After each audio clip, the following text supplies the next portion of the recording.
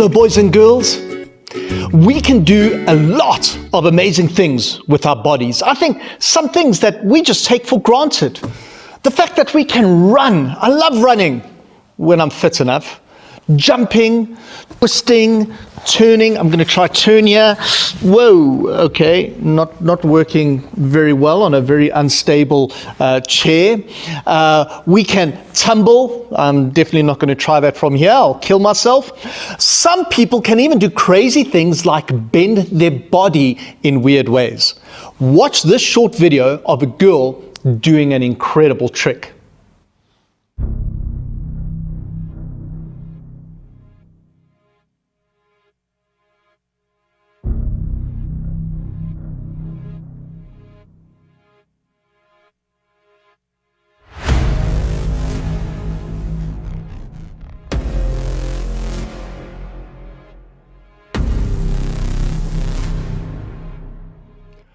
Pretty incredible, right? Although we can do a lot of neat things, there are some pretty silly things that we can't do at all. Did you know that only a handful of people can lick their elbow? Try it right now.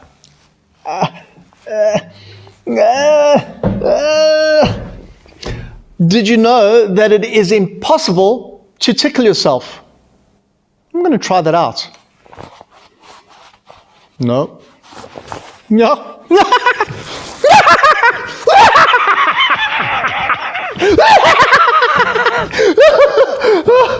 That's impossible. Did you know that you can't fit your fist in your mouth? Try it right now.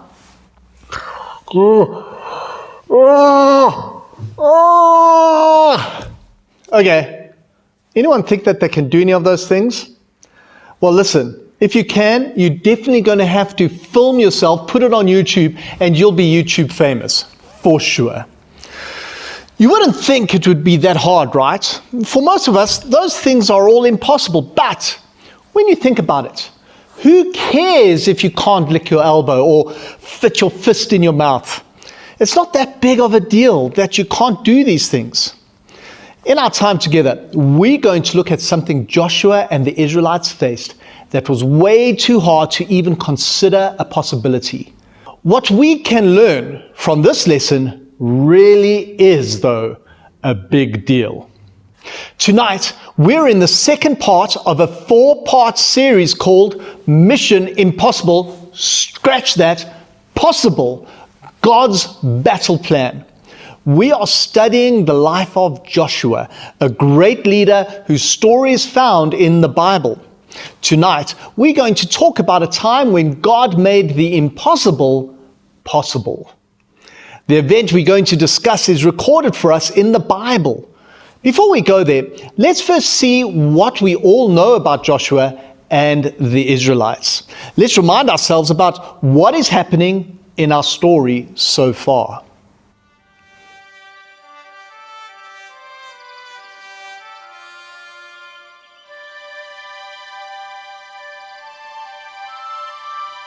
The 12 tribes of Israel were led out of Egypt by Moses.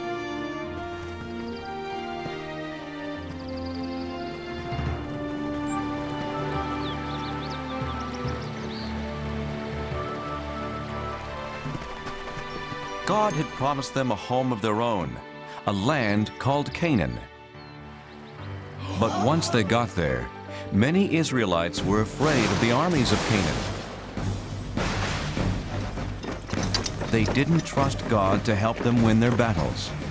They wanted to go back to Egypt where they had been slaves. God decided that since they didn't trust Him, they couldn't enter the Promised Land, and He had them wander the deserts for 40 years. After 40 years, God led the children of the 12 tribes back to the Promised Land. But instead of it being a time of joy, the Israelites were full of sadness. Their leader Moses had died, so they didn't have anyone to lead them to their new home.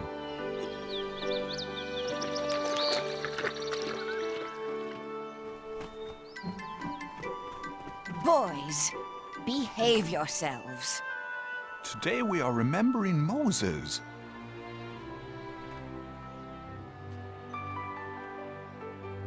Joshua, who helped Moses for those 40 years, was remembering the great leader in his own special way.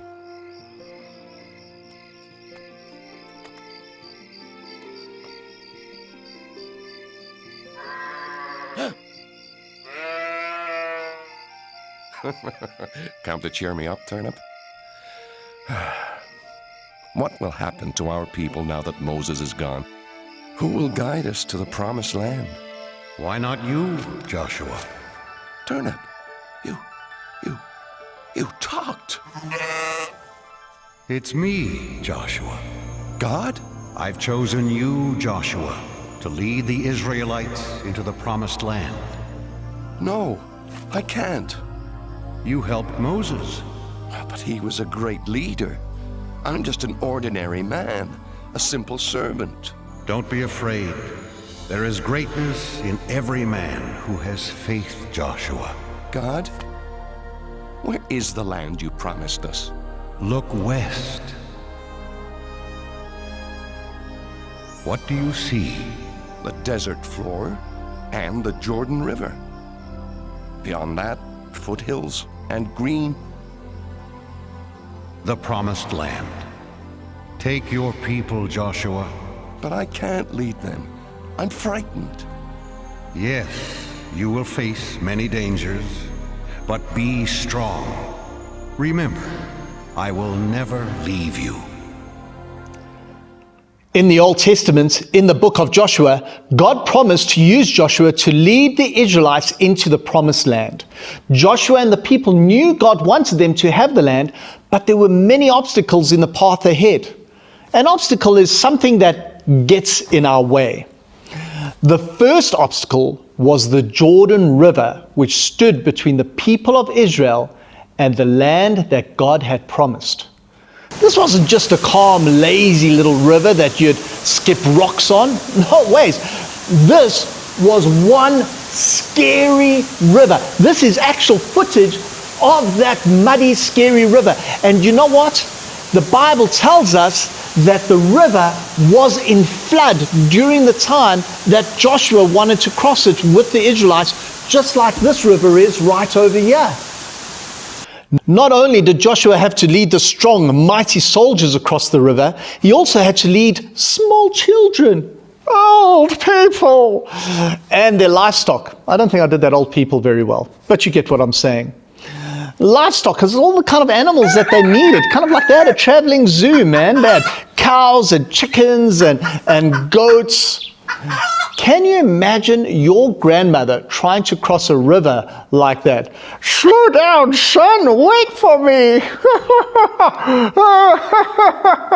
See that? No cheese. Or can you imagine a mom carrying her baby? Many Bible experts say the total number of people who had to cross that raging river was more than 2 million. Wait, let's make that sound a bit more dramatic. 2 million! Talk about an impossible situation. But when God wills, God will always make a way. Did God really expect them to cross such a dangerous river to get into the land he had promised them? Well, that's what God told him to do. Joshua knew it was God's will for the Israelites to live in the promised land, but the task of leading the people across the flooded Jordan River seemed physically impossible. Still, Joshua knew that when God wills, God will always make a way. He trusted that God would help them. Okay, what's next? Let's read in Joshua 3, verse 1 to 4. Early in the morning, Joshua and all the Israelites set out from Shittim and went to the Jordan, where they camped before crossing over. After 3 days, the officers went throughout the camp, giving orders to the people. When you see the ark of the covenant of the Lord your God and the Levitical priests carrying it, you are to move out from your positions and follow it. Then you will know which way to go, since you have never been this way before. But keep a distance of about 2,000 cubits between you and the ark. Do not go near it." Joshua was careful to start the river crossing the right way. He called the officers together and told them that they would need to carefully follow the Levite priests across the river as they carried the Ark of the Covenant with them. The Levites were a tribe of Israelites who were set apart with the special job of serving God as priests in the tabernacle. The tabernacle was the special tent where God's presence used to come and where God's people used to meet with him. They were the only people allowed to carry the Ark of the Covenant. The Ark of the Covenant was a piece of special woodwork with lots of gold decorations that represented the physical presence of God among the Israelites. The Israelites were to take it with them wherever they went. Let's continue reading.